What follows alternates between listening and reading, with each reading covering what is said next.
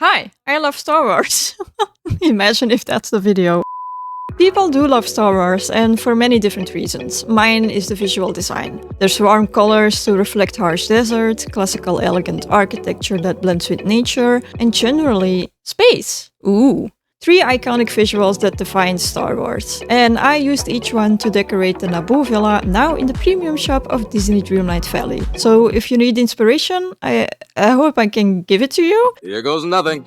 Tatooine is a desert planet and a masterclass in environmental storytelling. Everything about it shows survival in extreme conditions, sun-baked clay buildings and rough textures blending into the sand. It's minimal but scrappy and worn down, lived in, to show the planet's been through a lot. Ignored by the rest of the galaxy, Tatooine tells a story before anyone speaks. It's where smugglers and travelers try to disappear. I chose to build in the glittering dunes from Eternity Isle because it fits perfectly for a desert where no one really cares what happens. It has warm tones, which I love, and some rocky areas that I think matches the roughness of Tatooine. I themed the area as being an outpost where smugglers and merchants can trade and stock up before heading back to the dunes. The NABOO villa, the house skin, is the central hub, and I started building outwards using market stalls and, well, it's me. I love using clutter. I hate symmetry, and adding clutter can really help to avoid that. Thank God this house isn't designed symmetrically.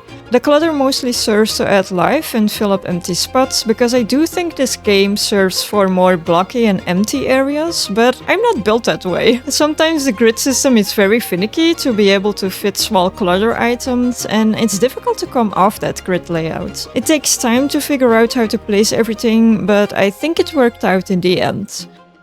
Let's do a quick walkthrough of the area with some main items I used, because I do get frustrated when I see a build in this game and I have to guess what items are used, because they aren't available to everyone at the same time and they are kind of randomized. It's a lot to get used to or remember, because you have the Scrooge items which are randomized each day. Luckily you have the character quest items which are available to everyone.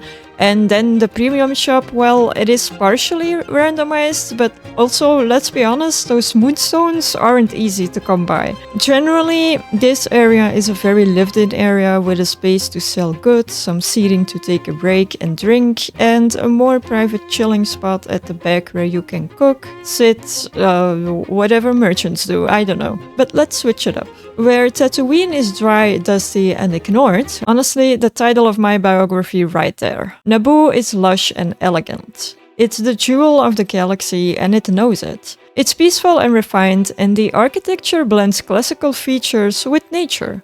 Domes and detailed stonework that feel more like a painting than a place. Every design choice goes for harmony, which is an intentional political view of the NABOO. For this style, I chose the lagoon in Eternity Isle again. It's peaceful, surrounded by water, and has just the right amount of green. I also got the Corona fountain from the premium shop and immediately knew I'd have to use it, and I started building outwards again from that item.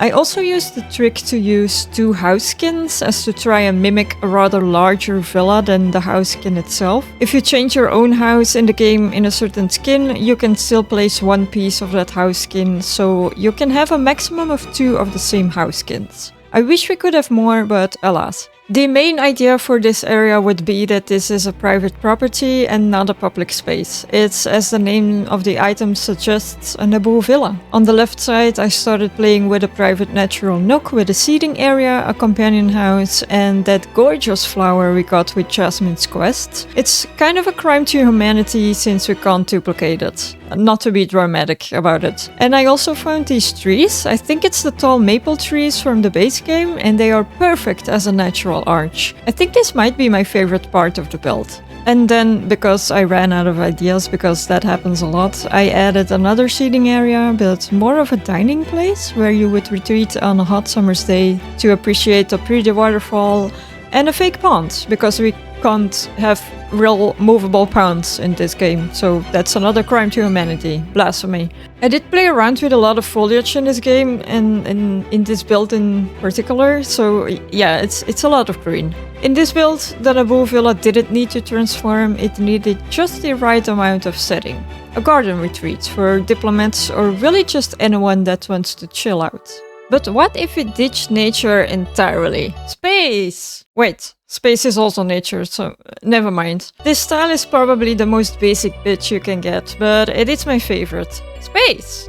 I don't know how else I'm going to describe it. Oh no, wait, it's futuristic. Yes. Wow, preparation. I was mostly inspired by that one glowing orb from the docks, you know, the one we apparently also can't get more of. What is it with this game and offering us beautiful items that we can't duplicate? From there, I just winged it. Although I didn't have any inspiration for this area, it turned out as my favorite of the three. I played around with the pathing a lot and then just played around with a color palette I would actually never go for. But I think it works out.